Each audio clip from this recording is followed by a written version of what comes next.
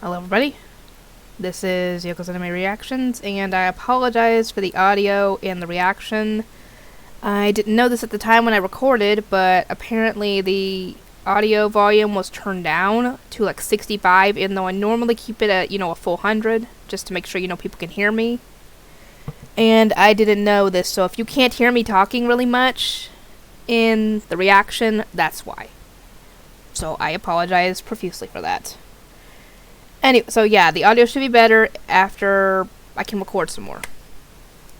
And, you're probably wondering, why are you picking up another show when you have probably 20 or so shows to do? I can't help myself.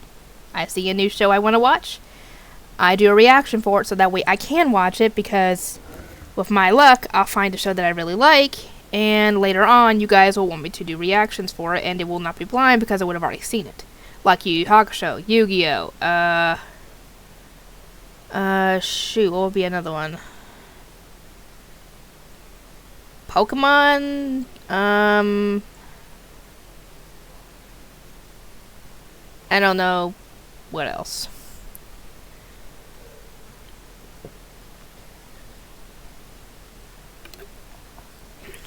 So yeah, that's why. Oh, coming. What was it called? Kami-sama no Kiss or something like that. It was.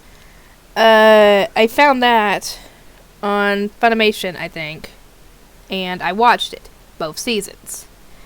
I'm now regretting that because I could have done reactions for it. Now I could still do reactions for it. It just wouldn't be blind. And that's what I like doing, is blind reactions, because we both get to experience the show for the first time. So, this show is an isekai. I did not know that when I picked the show. All I know is that it was like a slice of life fantasy type of show. I was like, okay. And I started watching it.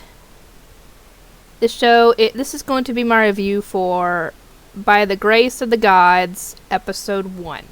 This show is still going on, so it came out sometime this year, or into last year, somewhere around there. And it's only got 7 episodes in the dub, and 12 episodes in the sub right now. I don't know when the next episode's going to come out for the dub, so I've downloaded all 7 episodes at the moment. And this features an 11-year-old boy, Ryoma. And he is living currently with, as far as he says, 1,000 slime. And yes, you heard me right. Slime. 1,000 slimes. Over 1,000. And he has different ones. Ones that are good at hunting, which are the green ones. The purple ones, I guess help him make,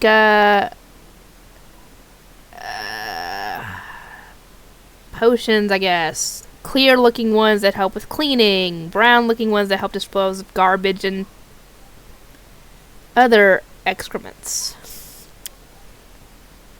And apparently he lives alone.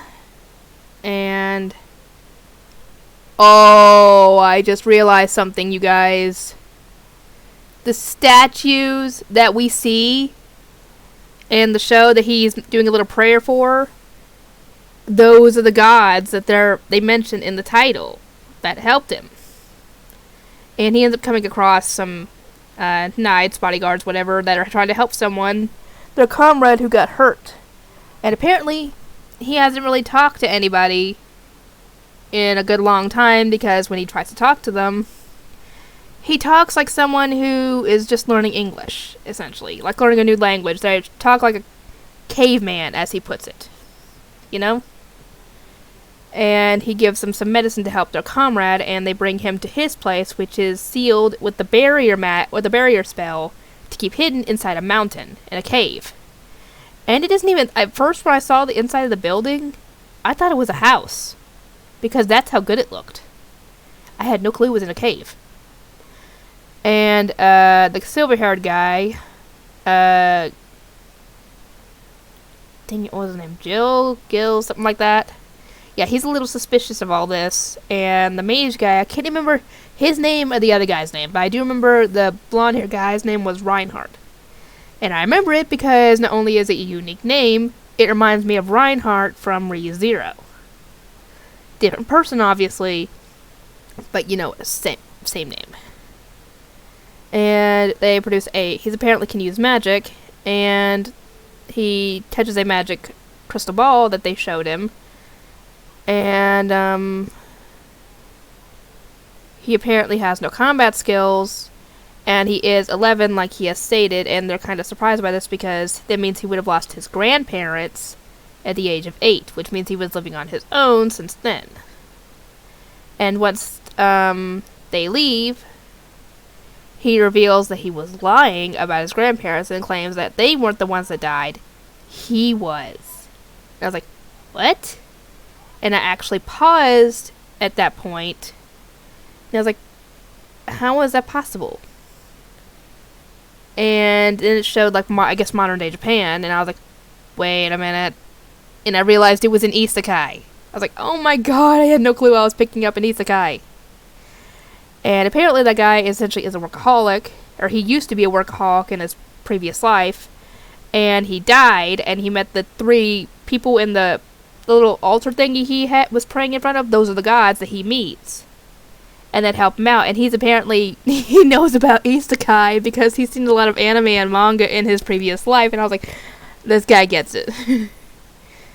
And apparently he died due to a brain hemorrhage that he received by sneezing so much in his sleep that he smacked his head on the floor. When his pillow ended up moving, you know, each sneeze, his pillow moved away from his head a little more, and when it sneezed the final time, he smacked his head, and it popped some blood vessels, and he had a brain hemorrhage, essentially, like a brain aneurysm. I'm like, ooh, that's not a fun way to go. And, they told him he would be reincarnated into their next world, and he would have magic and everything, but he would be reincarnated as an 8-year-old boy. Why an 8-year-old boy? I do not know. Why not a little closer to either his current age or at least to, like, a teenager? Because then, you know, he'd be more suited to live, you know, on his own if he had to. And, yeah, he still has his physical strength from when he was in his other life because he decided to test it out, and he's able to kick through a tree easily. I'm like, dang, don't mess with this kid. So, yeah. That's how he came to be in that world, and he ended up using some tamer magic on some slimes, and he just gathered more and more and more, and I guess they multiplied. And, well, you can guess how that happened. Later, I think he said like a couple of weeks or something. I can't remember what the time when he said, but it was like sometime later, after he met with them, they came back with some servants and a young girl. Who the young girl is, I don't know. She was in the opening, that's all I know.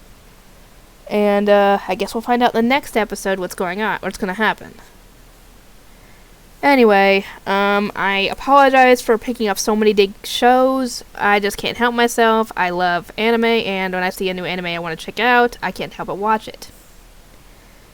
So you guys are lucky that I actually picked it up. I reacted to it first, instead of just watching it and then not having a blind reaction for it. But it seems like it'd be an interesting show so far. I'm enjoying it so far, and I wonder how it's going to go, who the girl is, how she's going to be...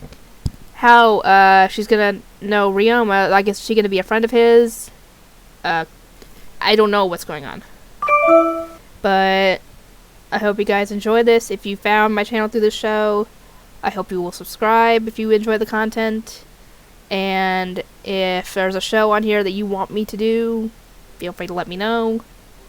And, yeah, just let me know how I can improve on my channel if you want to.